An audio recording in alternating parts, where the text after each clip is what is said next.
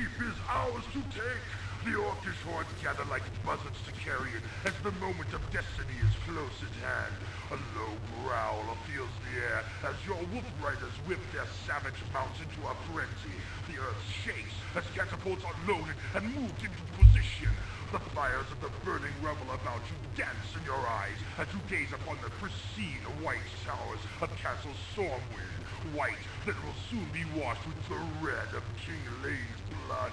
With his fall, all of Azeroth will be yours.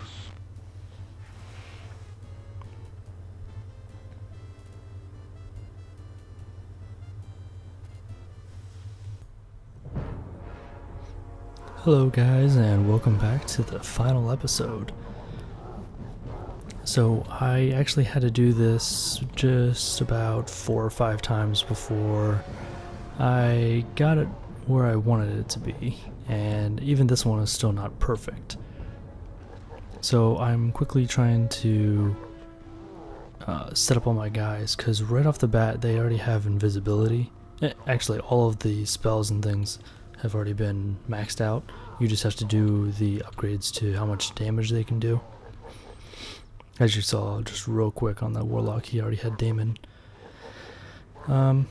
which was my idea to use again, just like last episode, just to max it out real quick.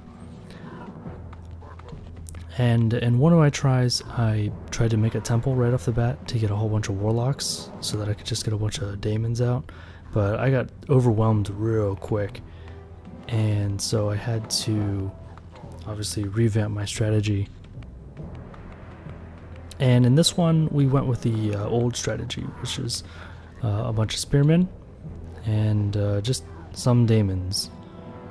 Daemons were more like I'm gonna call them cannon fodder, but they were more like the big shield behind everything else and trying to cause as much massive destruction before anything else.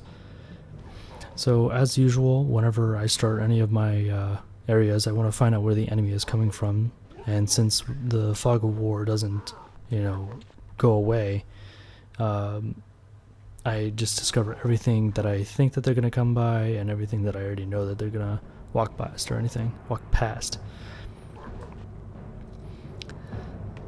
And I've had a lot of downfalls in this particular match. A lot of invisible guys coming and killing all my guys, and having to continually just train up more and more peasants, and it was just really bad. It's not until later that I actually start moving all my guys up to be more of a defensive line to prevent invisible guys from coming, but even then,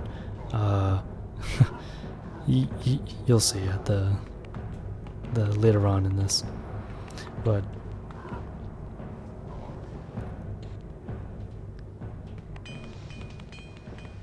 I'm not gonna speed up any of this footage here. I want people to be able to see at least just the final episode altogether. Now, at first, those elementals were a pain in my butt, but after a while, they stopped sending them, and they were more concerned about sending invisible guys, and sending, just mainly invisible guys, and that was about it. And that's all I had to really worry about. I didn't use skeletons too much as a mean ways to attack, and during some of these invisible events like this, I had a hard time clicking all my buttons that I knew, all the shortcuts or the hotkeys.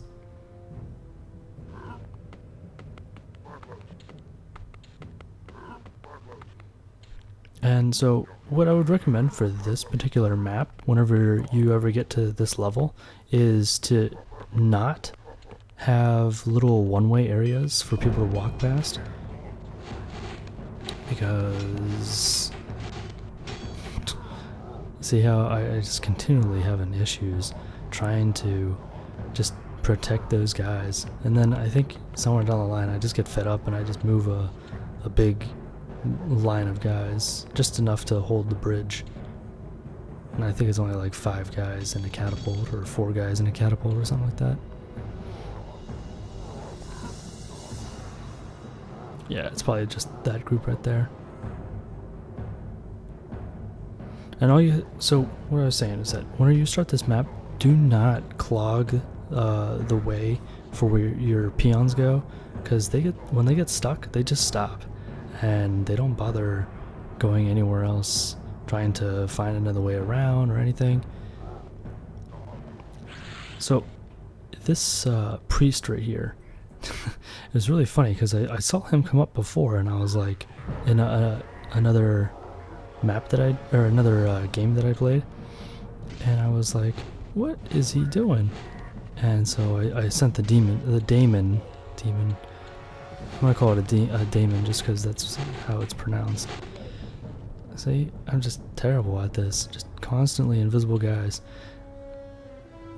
And then I lose this daemon for absolutely no reason because I'm not paying attention to him.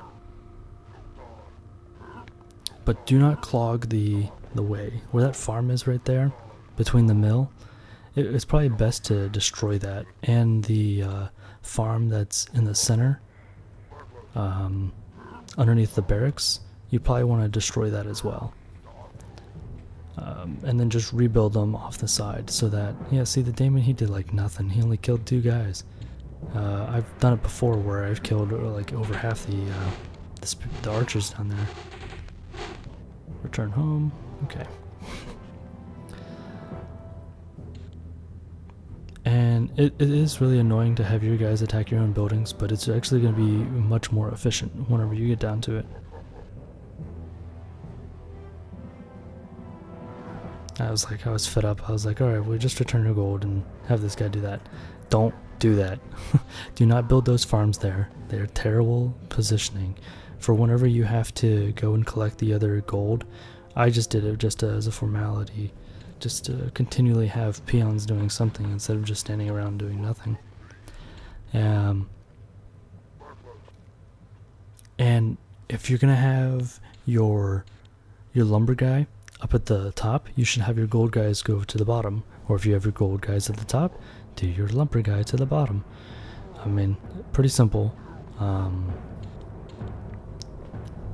It's just a much more efficient way of keeping your peons in order. And like, I have this guy selected. Now watch. I have him selected. I lose the catapult. His health didn't even drop. And he was hit twice. And I was like, what? How did he die? How in the world did he die? So, that was like, I guess, a little bit of mind-boggling for a little bit. So all these spearmen up here are for defense because of all the invisible guys. And just a key note, you think that right there will keep that bridge safe? Nope. Nope. Not at all. They can actually get past. And if and when we show that again, I will tell you where.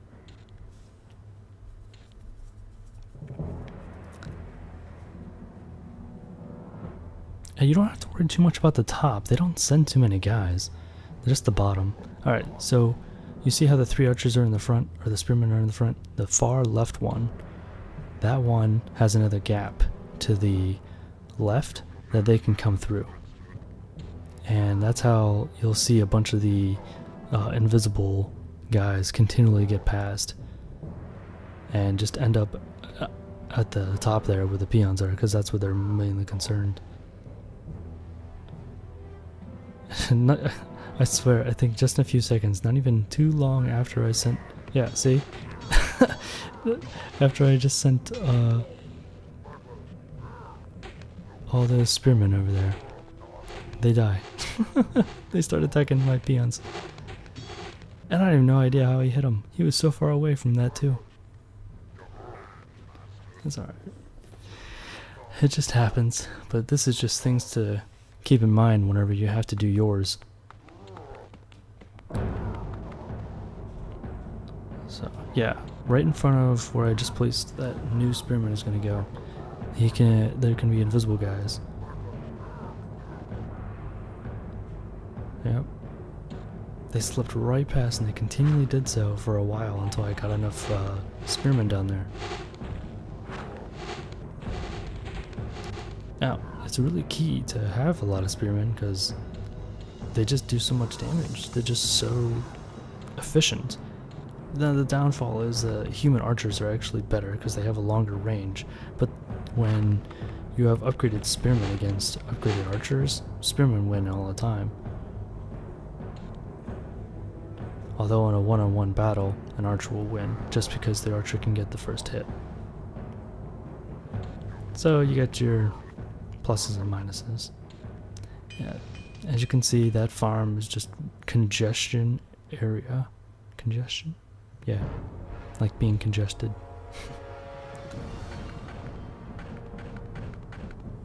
And I just build farms all on either side. And I thought that, you know, they would have been semi-smart to be able to go around the two alleyways there, but no, they're really, really dumb. And it is really beneficial that you just knock it out so that you have a really large area to prevent. I should have just left them there too, and they would have never been any more invisible guys. But no, I moved them all back. I thought they were too close. And then I was like, okay, well, maybe that will stop the invasion from continually happening by placing the one spearman almost like a... I call it the H formation, just because if I was to move the catapult over one and add another guy, it would look like an H on the screen. But no. As I've already said several times, that's not the case. Here's an invisible guy.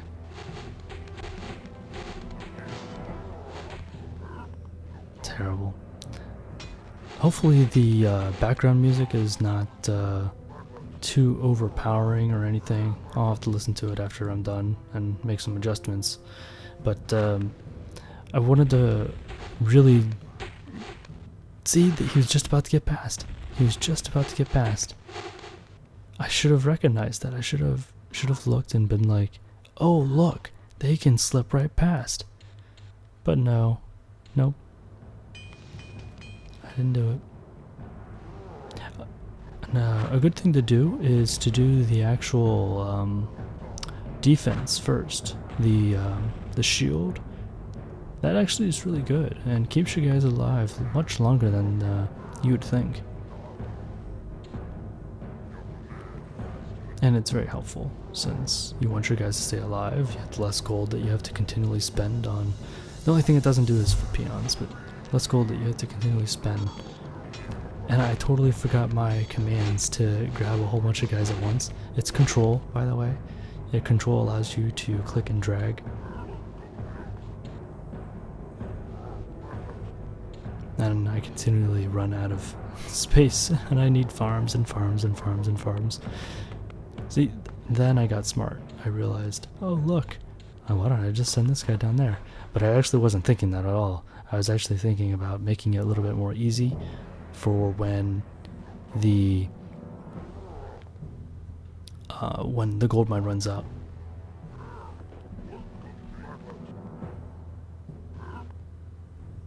Because I think I clicked on it a couple times and I was like, 21,000, that's not gonna last very long. But now, right there where that spearman I just clicked, that's I was like, oh man, that's when I just realized we're what, almost 14 minutes into the actual video of this, not just the intros and all that jazz. But I just realized it, and I'm telling you way ahead of time too. Oh yes, the background is actually music from World of Warcraft, Orgrimmar, however you want to pronounce it. It's I think it's whenever you just enter the city. At least that's what I was trying to look for. I was trying to look for some horde music to continue to play in the background. That was something subtle.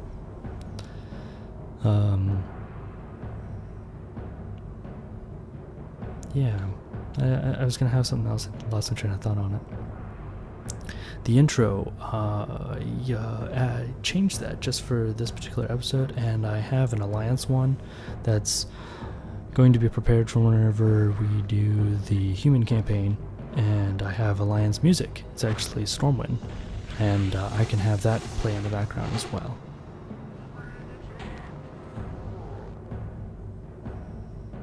So I think I'm just gonna let this play on in the background for the rest of the time. I don't have too much more to add to you to say besides, you know, knock out those farms, allow a good passageway for your peons to run through. Very strong things to use are daemons and spearmen, just because they're pretty cheap and daemons only cost magic. And don't worry about walls like I am trying to see how far a wall can go out right now. Don't worry about walls. They don't really... they're effective, but they're not necessary. Especially not in this map. Just because I'm on the offense here, even though I'm being defensive about it. And you only need walls if you're going to be strictly defensive, or if you're going to play multiplayer or custom game.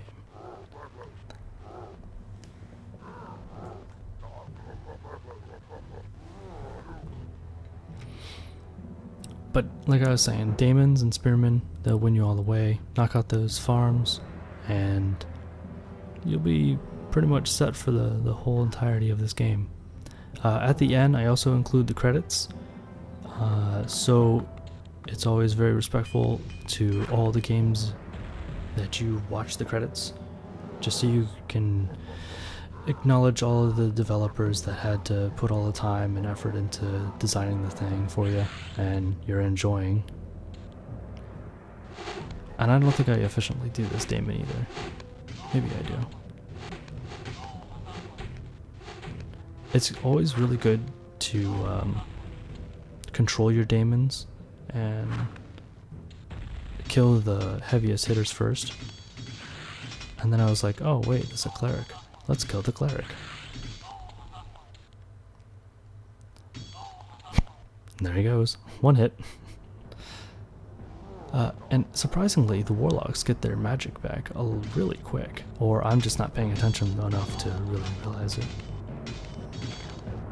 Yeah. And you'll laugh at me at the end when... you'll see, but you'll laugh because it's pretty funny.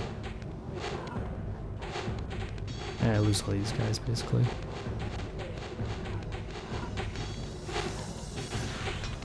Okay, well, like I said, I'm just going to let it play out, and you learn from my mistakes. Help make your gameplay a lot better than mine actually did. And maybe it'll go just the same. But I will see you in the next episode with the human campaign.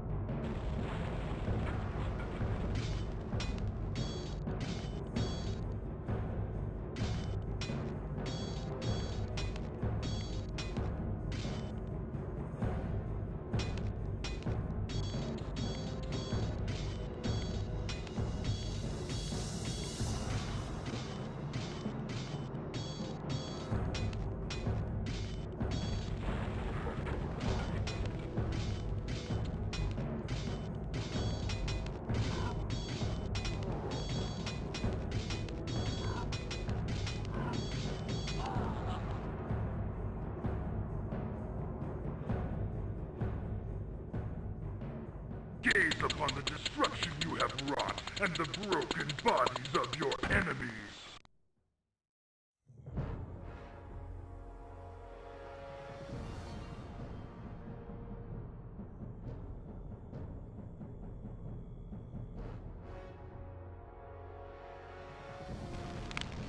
With the decimation of the human forces, the sacking of their castle was a simple matter. They offered little resistance once you ran their weak leader through with your warblade and toppled his body into the moat. The taking of Stormwind has kept your warriors in good spirits, and the offerings of gold and jewels that they bring to you are ample tribute to your leadership. Wine flows like blood, and the smell of freshly cooked meat fills you with satisfaction as you begin your victory feast. The countryside is ablaze with bonfires as groups of battle-hardened orcs celebrate the domination of this land with songs of war and victory. You have finally assumed your rightful place as ruler of this realm and as war chief of the Orcish clans.